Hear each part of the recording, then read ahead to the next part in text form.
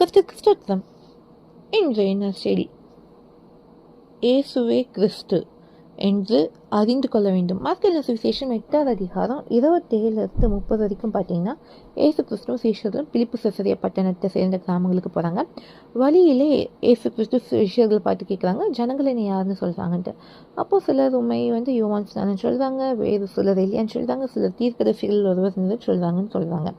அப்போது ஏசு கிறிஸ்து கேட்குறாங்க, நீங்கள் என்ன யாருன்னு சொல்கிறீங்கன்ட்டு. அப்போ பேதுரு சொல்கிறாங்க, நீர் கிறிஸ்துன்ட்டு. அப்போ ஏசு கிறிஸ்து சொல்கிறாங்க, தம்மை பற்றி யாருக்கும் சொல்லாதபடிக்கு கட்டளையிடுவார் உறுதியாக. அப்போ என்னென்னா, மற்றவங்க என்ன வேணாலும் சொல்லலாம் இல்லையா, அவர் எலியா தீர்க்கதரிசி ஒருத்தர் என்னென்னமோ சொல்லலாம். ஆனால் கூட இருந்த பேருக்கு என்ன தெரிஞ்சது, என்ன வெளிப்பாடு கிடைச்சது, ஏசு தான் கிறிஸ்துன்ட்டு. இன்றைக்கும் நம்மளுக்கு அந்த வெளிப்பாடு வேணும். நம்ம எல்லாருமே ஏசு கிறிஸ்து எப்படி பார்க்குறோம், ஒவ்வொருத்தர் சொல்லலாம் அவர் தெய்வம், அவர் தகப்பன்ட்டு. இன்னைக்கு நம்ம அறிந்து கொள்ள வேண்டியது, நமக்காய் வந்த கிறிஸ்து என்னும் இரட்சகர். அவர் இரட்சகர்னா விடுவிக்கிறவர்.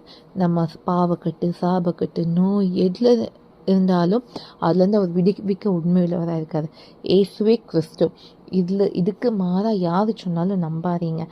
அதனால் இயேசுவை விசுவாசிக்கிற நீங்கள் உங்கள் வாழ்க்கையில் அற்புதத்தை காண்பீங்க. எப்படி பேதுரு அழகாக சொல்கிறாங்களோ நீ கிறிஸ்துன்ட்டு, நம்மளும் இயேசு கிறிஸ்துவை இன்னும் பர்சனலாக அறிந்து கொள்வோம். அவர் நம்மளோடு இடைப்படுவார்.